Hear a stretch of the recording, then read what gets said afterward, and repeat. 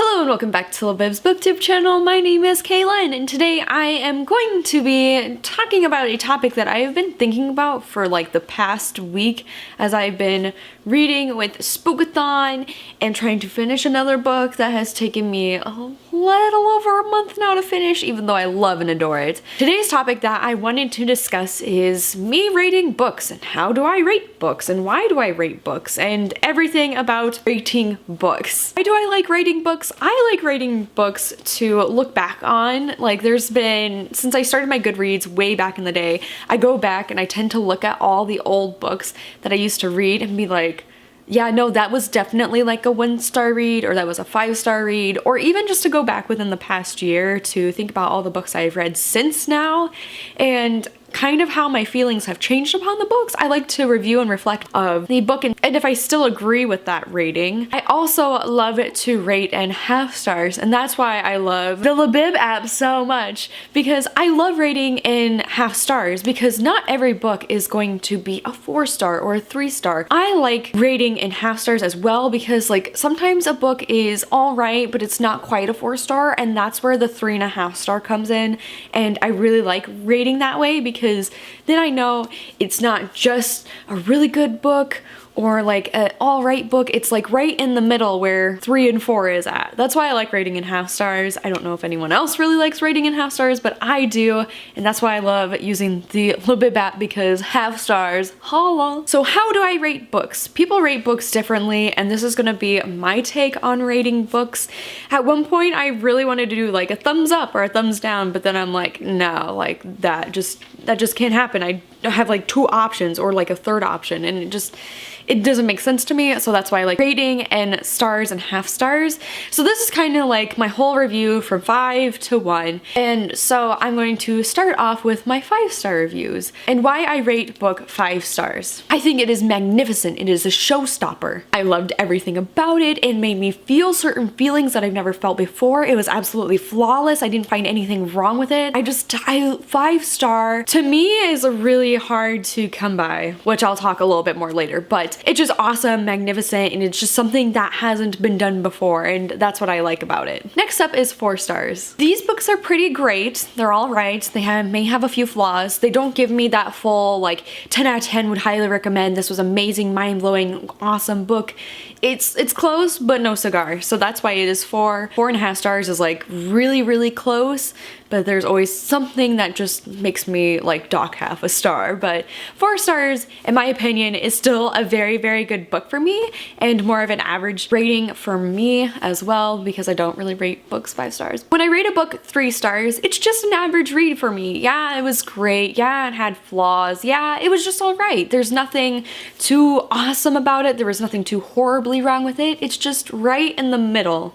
And I normally rate books 3 and 4 stars. Now when you start talking about a 2-star rating from me, it's below average from me. There are lots of flaws that I just didn't like. A lot of the characters I didn't like. I didn't like the setting. I didn't like where the plot was going. But it's not absolutely horrible. Like I still managed to get through it, but I just did not like it whatsoever. When I rate things 1 star, that's when things get kind of like bad because I absolutely hated the book. Yikes, I think it was awful. I didn't like anything about it, but you know what? I finished the book. That's all that counts as a 1 star, is that I made it through a dumpster fire of a story and I finished it, so congrats to me.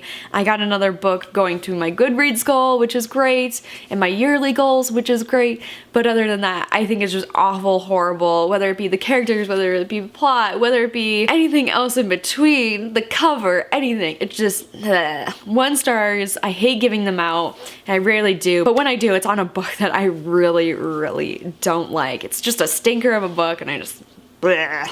Another thing that I want to talk about with rating books is DNFing, or did not finish. These are the books that I did not finish, and nor will I probably ever. This is typically a book that has put me in a reading slump where I've been trying to read it for like a month and a half, 2 months, and I'm just really not getting anywhere. I just lost interest in the book throughout time, and there's no way that I'm ever probably gonna finish it.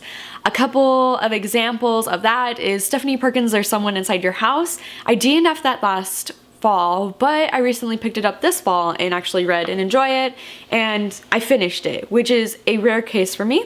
Other than that, when I DNF a book, it's just I've been put into a reading slump and there's no way that I want to go back and finish what I started because I've lost interest over time, or my life has gotten really busy and hectic and chaotic, and life just sucks sometimes, and you don't read as much, and then you just kind of forget about the book.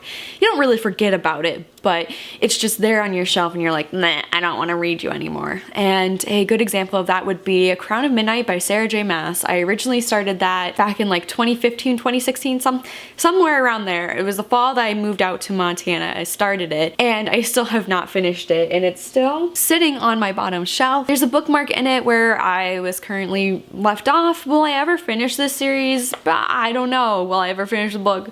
Who knows? It's just, I did not finish it, well, and I don't know if I ever will. And last but not least, I wanted to talk about a topic that is more related to me, and I don't know if anyone else feels like this, and that is, why do I rarely rate 5-star books? And why don't I read more 5-star books? Why are they just kind of all 4-star, 3-star? Some books have a really, really good material in them. I really love and enjoy everything, but it's not quite there. It's not quite a 5-star read for me, because a 5-star read for me is just, like I said, awesomeness, unforgettable, it's great.